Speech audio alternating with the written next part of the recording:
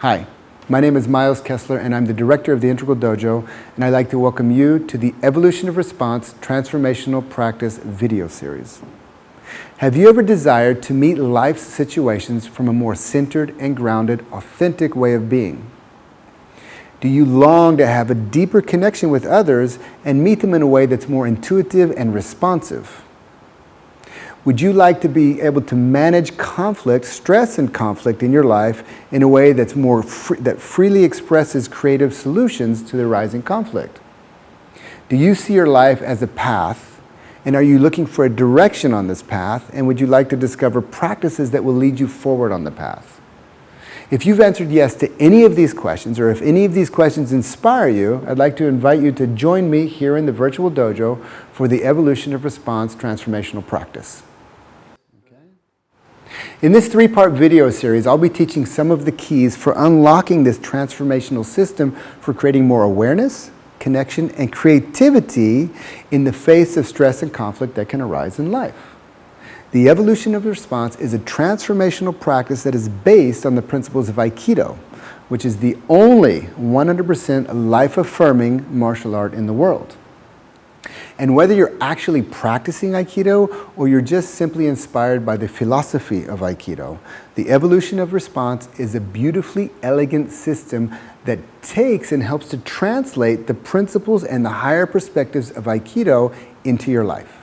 Throughout my whole life, I've been pursuing my passion of realizing my higher potential by taking on many different types of developmental practices. My two core practices are Aikido, which I practiced for the last 30 years, including 8 years of living and training full-time in Japan, and meditation, which I've been practicing for the past 20 years, and that includes doing 3 years of intensive Vipassana meditation retreats in both Burma and Nepal. Additionally, for the past 20 years, I've been teaching Aikido, meditation, and integral practice throughout the world in places like Japan, Burma, Europe, the United States, Israel, and the occupied territories of the West Bank. As the chief instructor of the Integral Dojo and teaching people daily, and also working with literally thousands of people for the last 20 years from around the world, I've come to notice that people tend to develop in ways that are kind of predictable, that development has a pattern, and there seems to be a blueprint in the way that people develop. And that's exactly what we're going to look at in this video on Verticl Learning. But before I go into teaching what this is all about, I actually have a free gift for you. I'd like you to kind of look below this video. There should be a button there to click, and if you click that, I'm going to send you one of our charts on Verticl Learning. It's actually the blueprint of the evolution of response, and it's something for you to take home for free as a reference guide. You know, if you want to download it now, you can check it out as we're going through this video, or you can simply watch what we're doing, but it's something that I think will actually be very beneficial for your own developmental practice. Great, now that you've downloaded your free reference guide, I want to kind of start to dive into what the topic is today. And as I said before, in the last 20 years, I've been teaching literally thousands of people from around the world, and in all of that practice with teaching, but also in my own development, I began to notice two things that were arising in people's practice. Two generalizations that seemed to me to be quite important.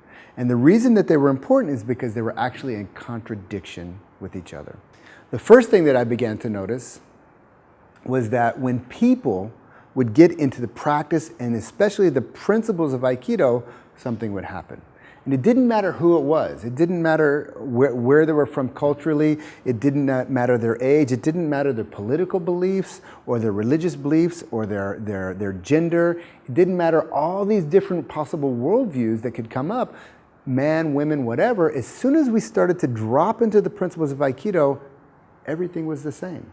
We kind of entered this unity consciousness, this place of harmony where everybody came together in the practice and principles of Aikido, regardless of the clear differences that are arising in culture or personal beliefs. The second thing that I began to notice is that when people were not engaged in the principles of Aikido, when they were not deeply immersed in the principles of Aikido, all of these relative differences that I was speaking about before that didn't matter if they weren't in the principles, it completely mattered.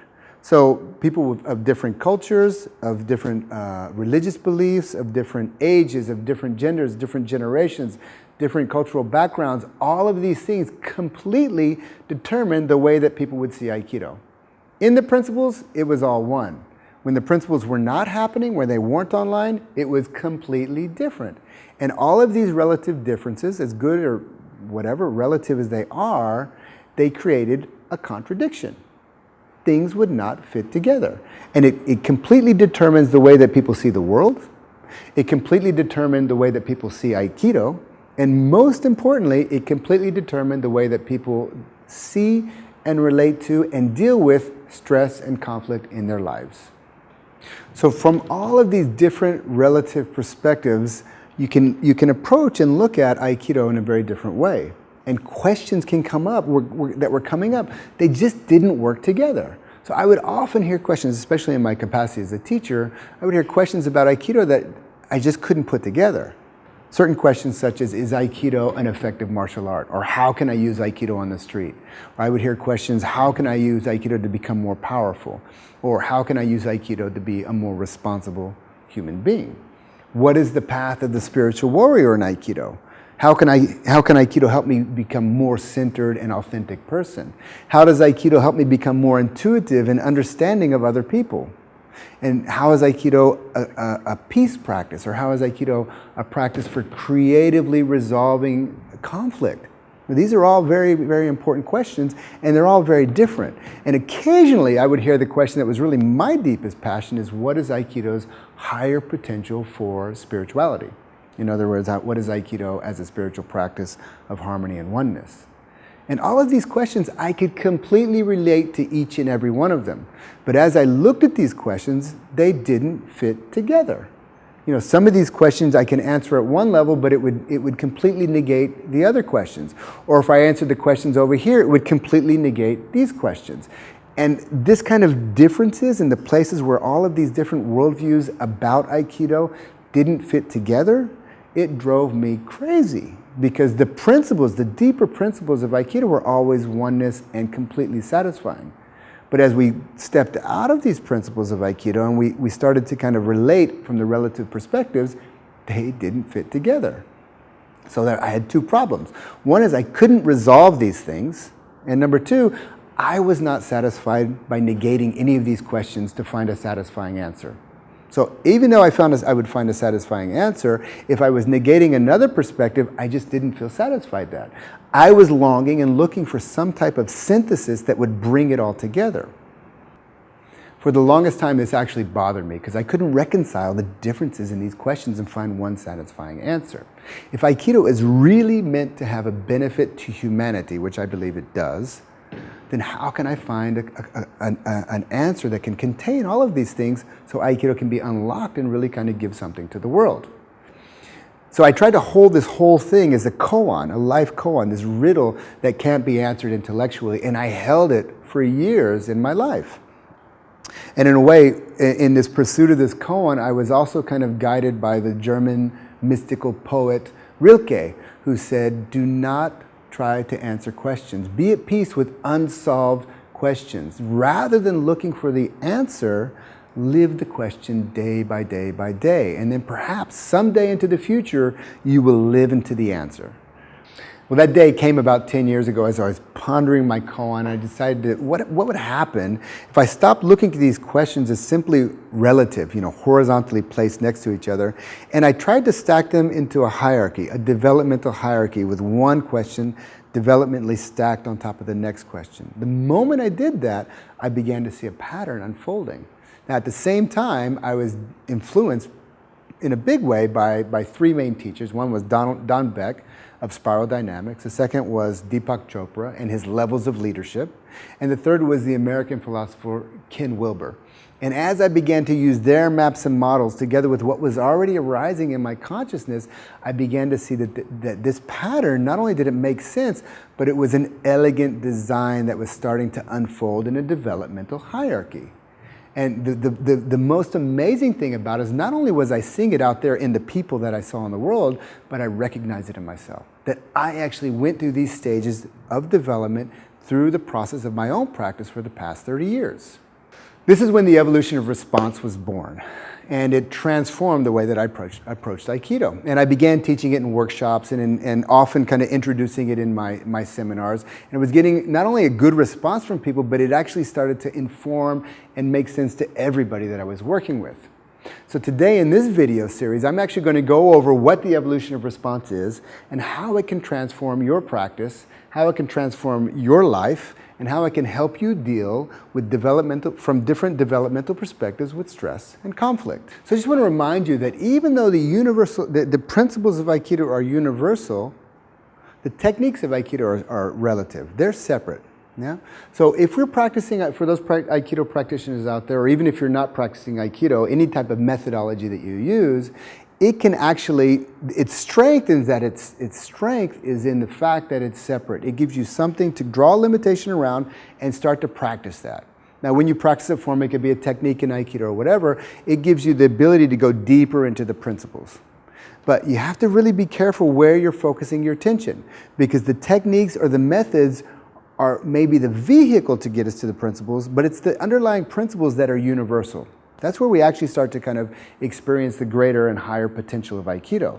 In the techniques do have a tendency to divide, beautifully divide. It's important that this evolution response is actually going to show division, but it's important that we understand that we're really looking for that perspective or that capacity or that experience or that expression where we start to kind of experience Aikido as a universal practice. Okay? So, first I want to direct your attention, now I want to direct your attention to actually the teaching of the evolution response. And before I go through each level, I want to kind of show you, direct your attention to that over here there's what's called the low road. These first two, the two bottom levels are considered the low road, and the three higher levels are considered the high road. So there's two tiers. The lower tiers of development are really our basic instincts. You know, that's kind of where all of us were born. We're hardwired to live there. Aikido does not exist in these lower levels. Okay? Aikido came in already, it came into humanity. It was kind of expressed in humanity from a higher perspective. But that doesn't mean you can't take Aikido and reduce it to a lower level and use the techniques of Aikido from a lower perspective. But if you do that, it won't really be honoring the values of Aikido. It'll be more like using them for your own personal desire. Okay? So these first two low levels are considered the low level, the low road, excuse me, and the three higher levels are considered the high road. Okay? So let's start at the beginning, because everybody is born at stage 1. Okay, and the first level on the evolution response is called the survival reaction. And this is our basic fight, flight, freeze way to respond to conflict, okay? And it's like whenever we experience or we sense or we interpret that there's stress in the environment, we automatically go into this fight, flight, freeze. Everybody here is probably familiar with it. Rick Hansen, who's the author of The Buddha's Brain, he's a neuroscientist and a Buddhist meditation teacher, he actually talks about this in a very beautiful way. If you think back in the old days, caveman times, cavewomen times, there were two types of mistakes that you could make if you were a caveman. The first type of mistake you could make is that you think that there's a tiger in the bushes, but there's actually no tiger. Yeah? Your reality is that you're sure there's a tiger over there, but it's not a tiger. Mistake number 1. Mistake number 2 is that you don't think there's a tiger in the bushes, but there's actually a tiger in the bushes. Okay? Also a mistake. Now, the thing is, if you think there's a tiger in the bushes, but there's not one, you're going to be paranoid, you're going to be nervous, you're going to be stressed out, but you're going to keep living. Yeah, because you're actually alert and aware. If you don't think there's a tiger in the bushes and there is one, you'll probably be very relaxed, you'll be very calm, very chilled out, no stress in the system, but the tiger is going to come and eat you. Now nature rewarded people who made the first mistake. Nature rewarded the people who were stressed, the people who were paranoid and alert all the time. They're the ones that lived. Nature punished those who made the second mistake, that didn't think the environment was dangerous and just assumed that it's all good, and then the tiger that came and ate them. Now what's important with this teaching is that we need to understand that both you and I come from the people who made the first mistake. That our ancestors were the ones that were stressed out, were the ones that were paranoid, and the ones that were highly alert. The cavemen and cavewomen who were actually chilled and peaceful and calm, they didn't survive. Their genetic code didn't get passed down to you and me.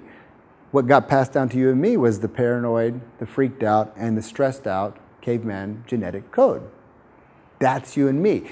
You and I, all of us, are hardwired to survive. And this is where we're all born into the system at the level of survival response. So this level of response, which is actually just a reaction, it's fear-based. Yeah? And this is where we exist within the amygdala. The amygdala tells us what we're going to do. Whatever stimulus comes through our system, through the senses, everything, all of our experience in life passes through the amygdala. And when the amygdala is functioning at this level, when the amygdala is the sole intelligence at this level, it's going to either cause us to fight, to go towards the perceived danger, to flee, run away from the perceived danger, or to just kind of space out and bury our head in the sand. Survival reaction, we have to understand, it's hardwired in all of us, and it is a basic intelligence. It's not something that's bad. This is lower, that's higher. On one level, sure, that helps us kind of find an orientation, but we have to understand that this isn't something we want to suppress, that this isn't something that we want to kill. It's actually you. It's in you, and it's in me, and it's a basic intelligence. Each one of these levels, we're going to be looking at the intelligence, and we're going to be looking at the values. So the intelligence of survival reaction is that it's alert. And if you're living in the jungle and you want to make it through the day, you need to have a finely tuned survival reaction. You need to be quite alert. And your values, that the way that you organize around life is going to be living over dying. That's really where you're organized. That this is what's going to be at the level of survival reaction. The way that you deal with stress and the way that you deal with conflict is going to be, you're going to be hyper alert. And when it comes into the system, you're going to be organized over living versus dying. Great. So basic survival intelligence. Yeah? But you can imagine you and I trying to exist in our life today, dealing with stress and conflicts that come up in the family and the work from this level, that would be problematic. But it's okay, because we've already evolved a certain state. But let's just look at this kind of in waves, moving from survival reaction to the next level of development, which is emotional reaction. We've somehow managed to create impulse control. Yeah? Survival reaction is physical. Fight is physical, moving towards an object. Flee is physical, moving away from danger. Burying your head in the sand is physical. That's another way to kind of avoid or not cope with the danger. The next level, we've learned how to control those impulses, but we're still kind of active in how we're going to deal with this. Fear is dominating the survival reaction, and fear is also dominating the emotional reaction. So the way that we deal with stress and conflict from this level of emotional reaction is we begin to go into these emotional controlled dramas. The ways to control the environment with words or with the way that we kind of position ourselves. And there's 4 basic general control, emotional control dramas. The first way to control stress and conflict in the environment is through anger. Yeah, which is an active force. So you get angry and you control it with your anger, and it's that corresponds to the fight side of fight, flight, freeze. The second way to deal with it is through making jokes. So the first one is anger. The second one is the joker. You start to, you're stressed, there's conflict, but then you start throwing jokes or maybe even cynical jokes, and it starts to kind of manipulate the situation. Yeah? It's better than fighting or running away, but it's still coming from, it's the jokes that come from fear. There's kind of a nervousness underneath them. Yeah? And these are both active ways of dealing with stress and conflict from an emotional reaction. The third way is by being indifferent. It's to bury your head in the sand. You just detach and pretend that it's not affecting you, and it's coping with it, but it's not really managing and dealing with stress and conflict. And the fourth emotional control drama is playing the victim, the poor me. Now, it's important to understand that there really are victims in life, and I'm not taking anything away from them. But what makes a victim is that they have no power. When we play the victim card, when we claim for me that I've been victimized as a way to manipulate the situation, that's actually a very powerful position to be in. So this is kind of it's an unconscious, fear-based way of controlling stress and conflict. And again, all of these, anger, nervous joking, indifference, or playing the victims, there's nothing wrong with them per se. I mean, they're all a basic intelligence. The only problem is that they're not aware. They're not coming from awareness. They're fear-based, and they're largely automatic. When stress and conflict arise, we've learned through life to somehow cope with that and manipulate the situation with one of our control dramas. So emotional reaction is actually more evolved than survival reaction because it's more complex. This is really simple. Fight, flight, freeze. Emotional reaction, it takes a little bit of complexity, and as we grow up as children into teen years, we actually become pretty skilled at that. The basic intelligence of emotional reaction, the way to cope with stress and conflict in life is manipulation. And that's an intelligence. Usually manipulation is kind of thought as a bad word. It's usually not a helpful situation, but it is an intelligence at this level.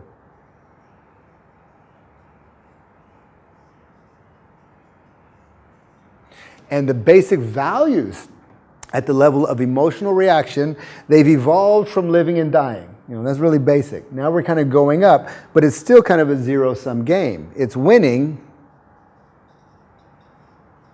over losing.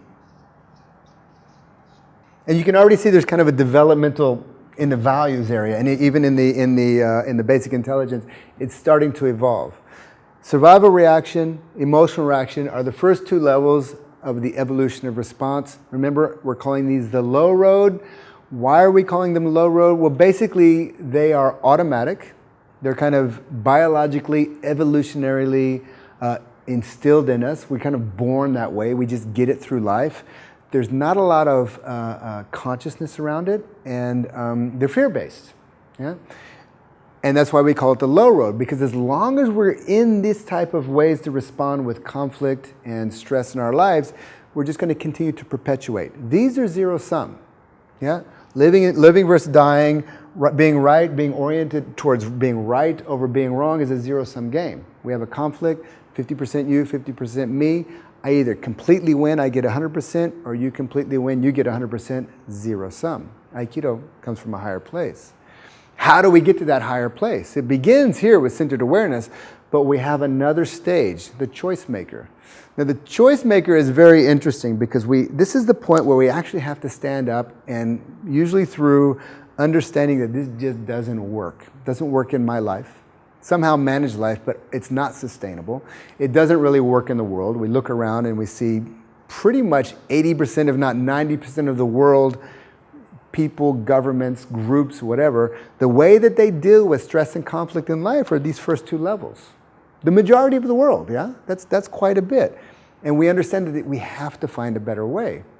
Only when we actually see that directly will we come to a strong resolution where we decide that we want to make change. Yeah? And that's the beginning of the choice maker. The third level of the evolution response is called the choice maker. Now, this is really, really important because it serves as a way to get us out of the low road and to begin to move out of our lower basic instincts and to move into our higher intelligences, okay? So just think of a metaphor of a rocket, you know, one that goes from Earth and goes into orbit. They say that something like 80% of the fuel for a rocket is for the liftoff. 80% of the fuel is for the first 10% of the journey. Yeah, it's going all the way to outer space, but that first 10%, it takes 80% of the fuel because the inertia of gravity, the pull of gravity is so strong that it takes a lot of power to move it up out of that gravitational pull. The inertia of these first two levels of response is hundreds of thousands of years of human biology. So we really have to appreciate that. So the choice maker is when we begin to kind of drive our stake in the ground and we say that we're going to try to evolve out of that. It's very important that we take the choice maker. Really the next level is starting to bring awareness. But even before we bring awareness, we have to kind of be really solid in the choice maker. The choice maker resolves to work with conflict when it arises in the system, resolves to work with stress as it arises in the system. And especially when the emotional reactions start to arise, or when our survival reactions, when all of those bells and whistles are going off in our system, the choice maker is able to hold us and stay in that developmental practice. So what the choice maker is doing, the choice maker is resolving to overcome the lower tendencies. And through that resolution, it's making a commitment, and when it makes the commitment, it's being responsible. So you can see already there's a certain heaviness to it, or a certain seriousness to it, and it's not meant to be heavy and serious. That's not the reason the choice maker has so much weight. It's because the gravitational pull of our lower tendencies is quite strong, and we need to respect it. The choice maker is completely intentional, and the choice maker is the foundation for the discovery of all of our higher intelligences. The core intelligence of the choice maker is that it's intentional.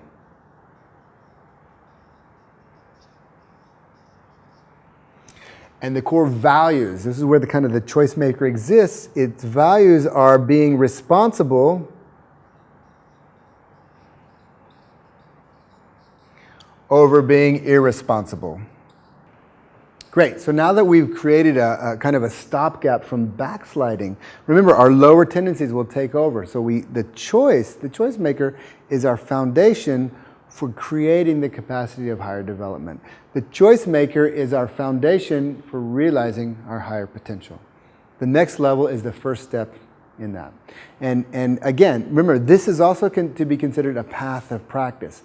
And the first step on any path of practice is a step of awareness, a step of self-awareness. Welcome to the level of the centered awareness response. The key difference between the centered awareness response is actually now that we're in conscious response on how we cope and deal with stress and conflict in our life. The previous levels were totally reaction, fear-based, automatic. Now we're no longer automatic, but we are actually in choice. When we start working with the centered awareness response, we begin to create a container of awareness of what's arising in the system. We begin to contain all of the things that arise in the midst of stress and conflict. All of the fear and all of the automatic reactions and all of the fight, flight, freeze and the different emotions that come up, we actually have a way to not suppress, but contain. When we contain, we can actually begin to work with. What's important here at the centered awareness response is that all of these internal automatic reactions that are inside, we need to put a lot of attention towards the inside. We've already put a lot of attention, through the power of choice, and here we're actually turning our attention in. And it's important that we turn our attention in completely, if not temporarily. Okay, it's not something we want to kind of live inside of ourselves the rest of our life, but we have to put a lot of attention to how things are operating within ourselves. So in the centered awareness response, we create this capacity to observe our own experience, and we create this capacity to detach from what's arising in our experience and see it.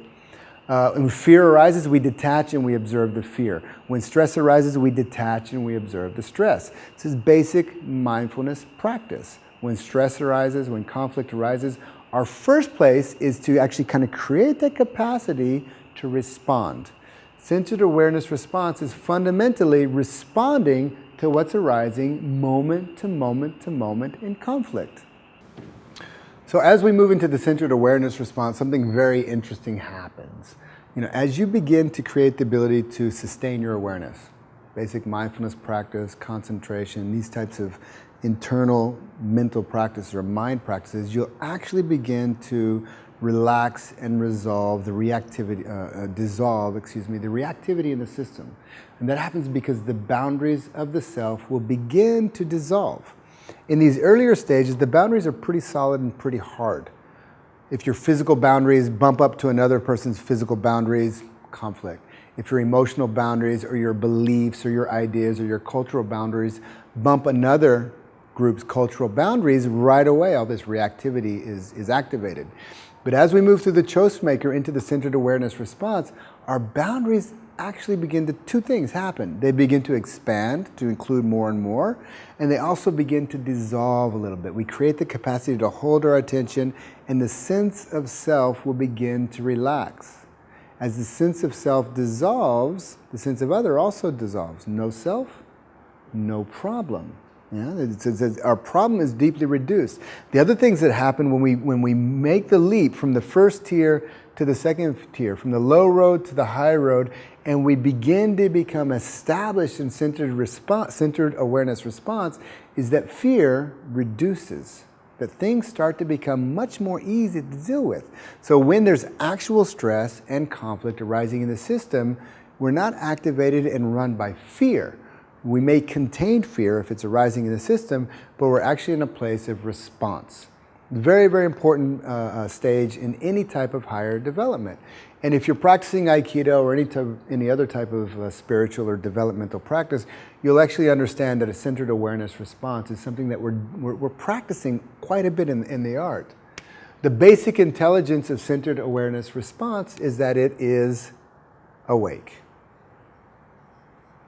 This is when wakefulness begins to come in as an intelligence, yeah? That you're just there, that you're awake. And the basic or the core values of centered awareness response is being conscious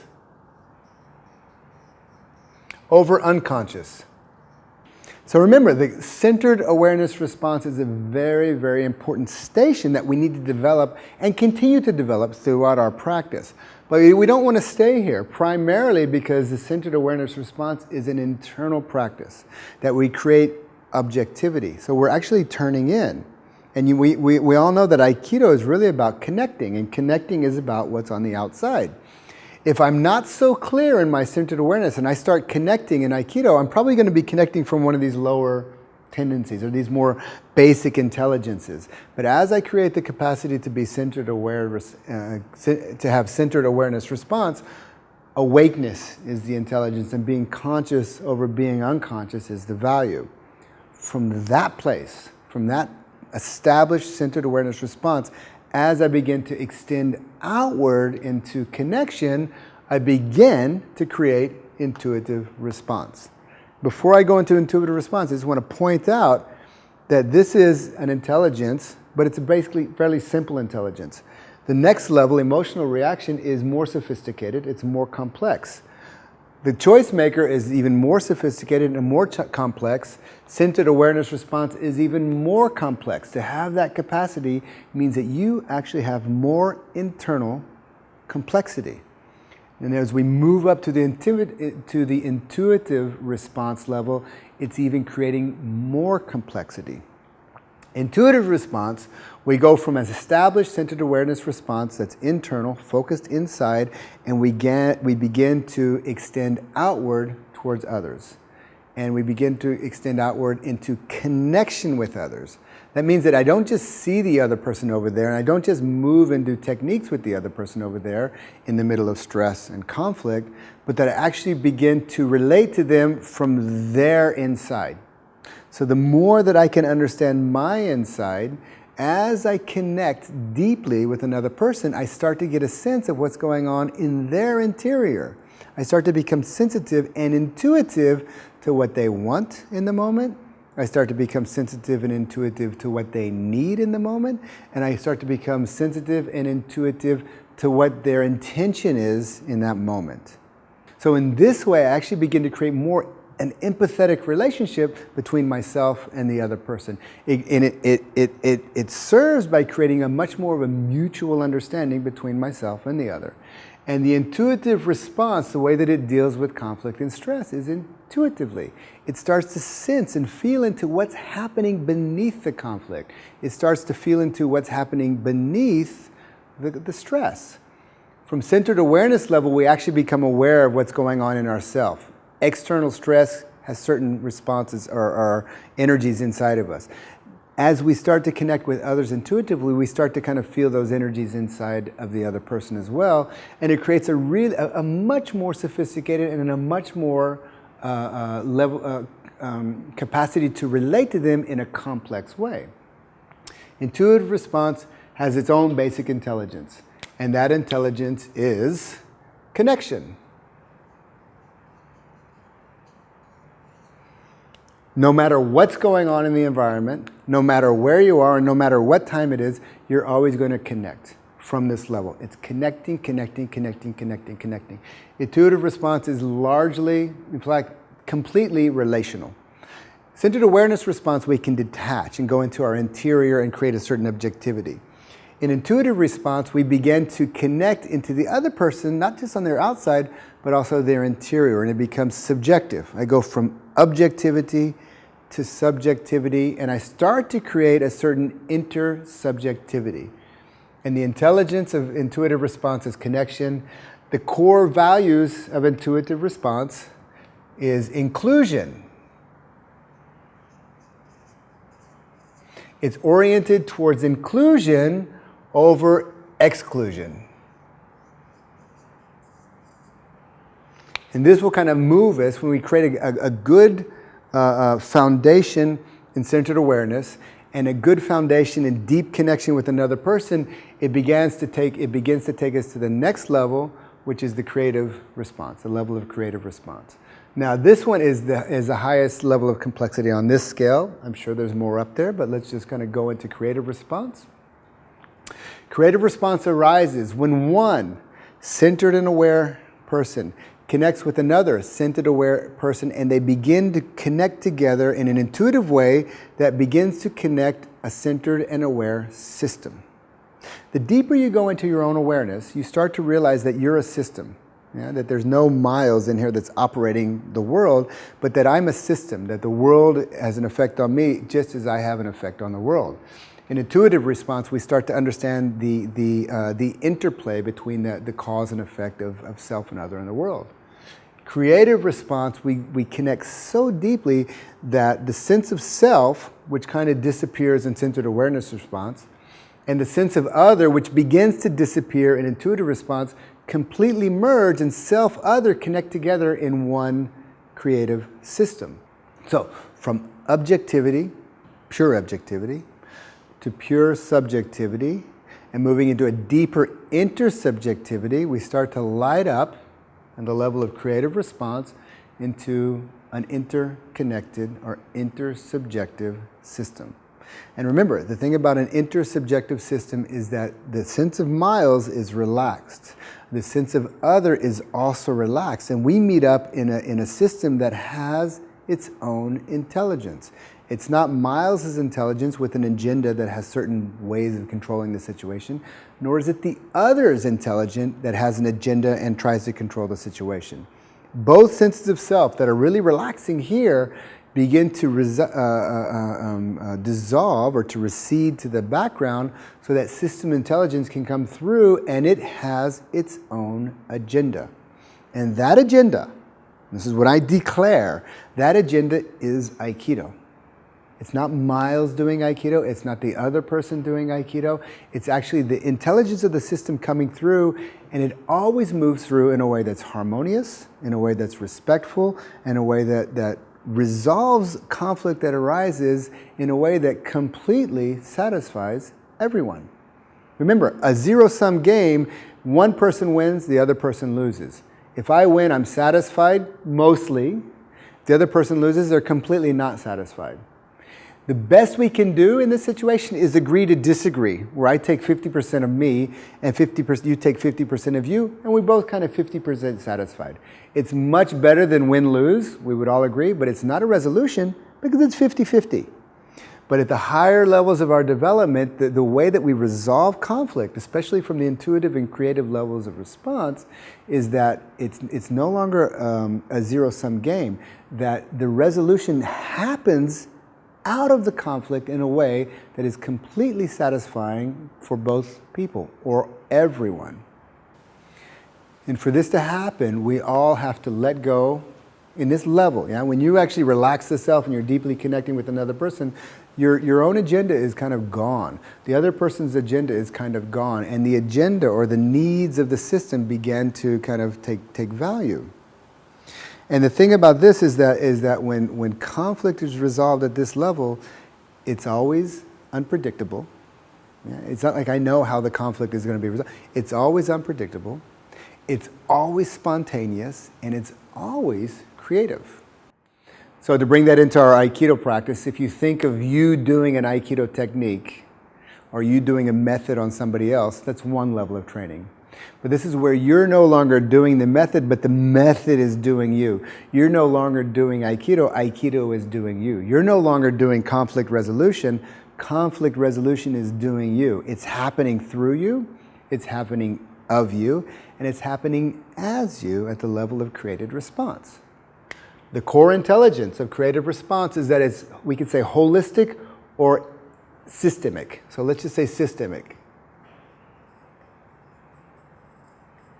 It's systemic in that system has its own intelligence. Yeah? So it's a systemic intelligence, the level of creative response. The core values is always oriented towards greater integration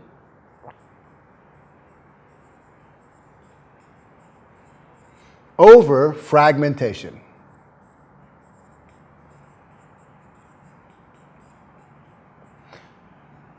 Sorry, I'm running out of room there, but it's basically oriented, the basic value, it's oriented towards greater integration over fragmentation. The system just wants to connect. The system wants to become awake. The system wants to become more aware of itself through you and through me. So these are the basic levels of the evolution of response. So as I said before, there's a certain elegance to the design of the evolution of response. And you know, this is something, it's man-made with kind of clunky levels here. Just kind of be patient with that a little bit and try to feel into the elegance of how this kind of, it's a blueprint of consciousness. Do you remember those questions that I asked at the beginning? Let's just kind of review them. You know, the questions that I was getting in Aikido. Does Aikido work in a fight? Is Aikido a good self-defense? How will Aikido make me more powerful? How can Aikido make me more responsible? What is Aikido as a path of spiritual warrior? How can Aikido make me more centered and aware? How can Aikido help me to become more sensitive to others, more responsive to others, more intuitive of others? And how can Aikido help me become more creative in the way that I live? That's the evolution of response. So, the evolution of response. Again, this is a kind of an elegantly designed system, but there's always certain objections that come up when I'm teaching this to people, and they're quite valid, but I thought I would address them just for a moment here. The first one is it's rather simplistic, and that's true. It is rather simplistic. Development, you know, these like nice little waves that I go from one level, I move to the next level, and I do a little meditation, I move to the next level, whatever. Those waves are kind of, they are simplistic, and they're meant to be simplistic. Actual development is never that simple. Actual development is really a messy affair. You know, we might be over here on Tuesday and over here on Wednesday and down there on Thursday, and you know, last year I was like that. It's never really so clear-cut development, but rather quite a complex, messy affair. But if you look back over time, you'll see that there's a general movement in the development. These waves are meant to be simple.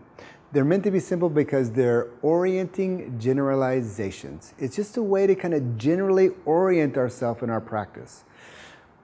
And the other thing about these simple waves is that it also helps us to kind of understand where we're at. Where is our center of gravity? You know, these days my center of gravity might be here. Or I go and I practice, I do a seminar, or I go do a workshop, or I hang out with some really good friends, and my center of gravity seems to be going up a little bit. It just helps us to kind of understand things. So that's one. That development is usually much more messy.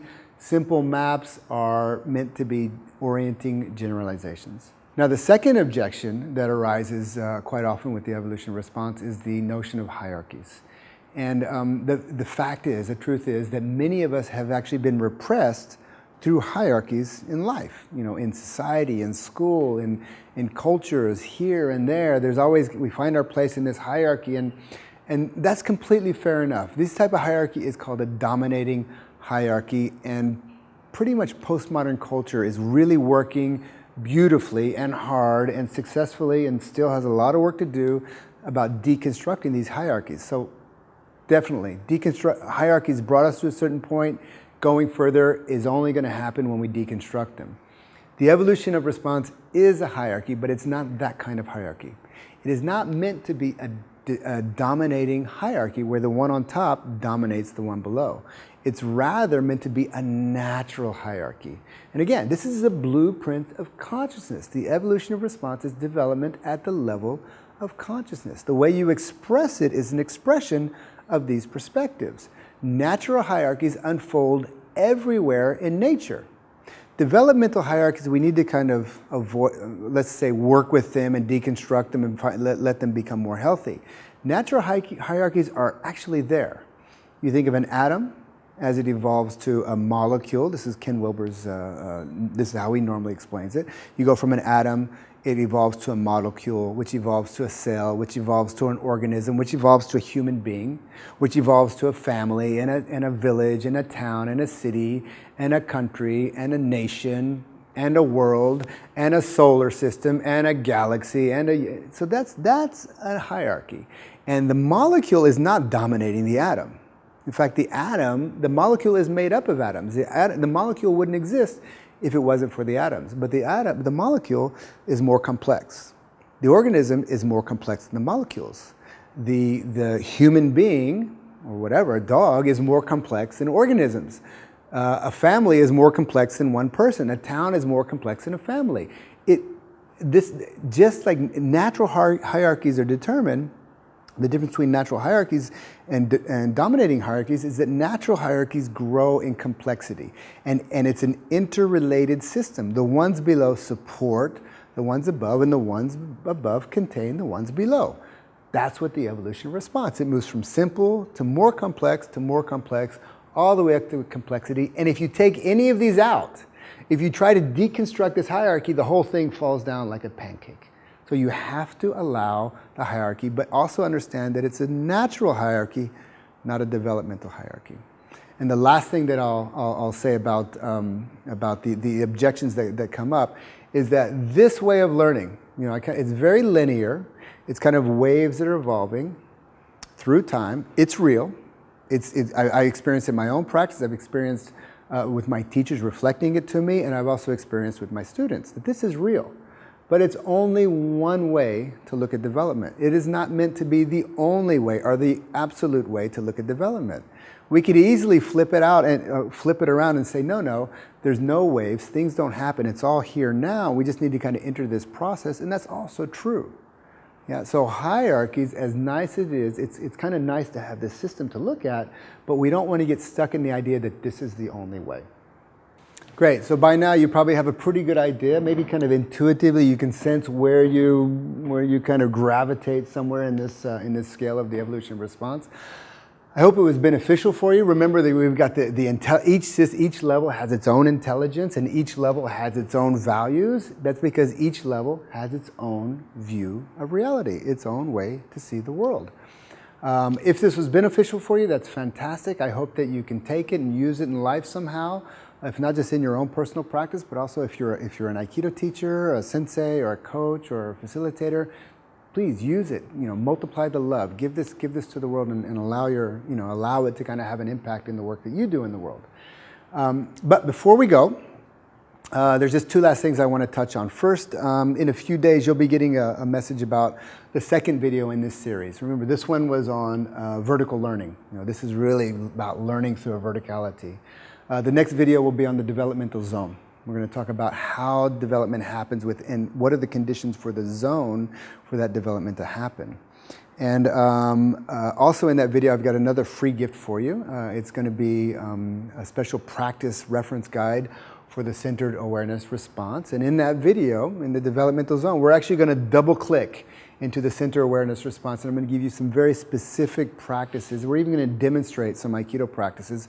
Super simple, but they go super deep for this level, centered awareness response. Last thing is, I would love it if you would give me some feedback. If you look below the video, right down there, there's a comment box, and there's kind of a community forum.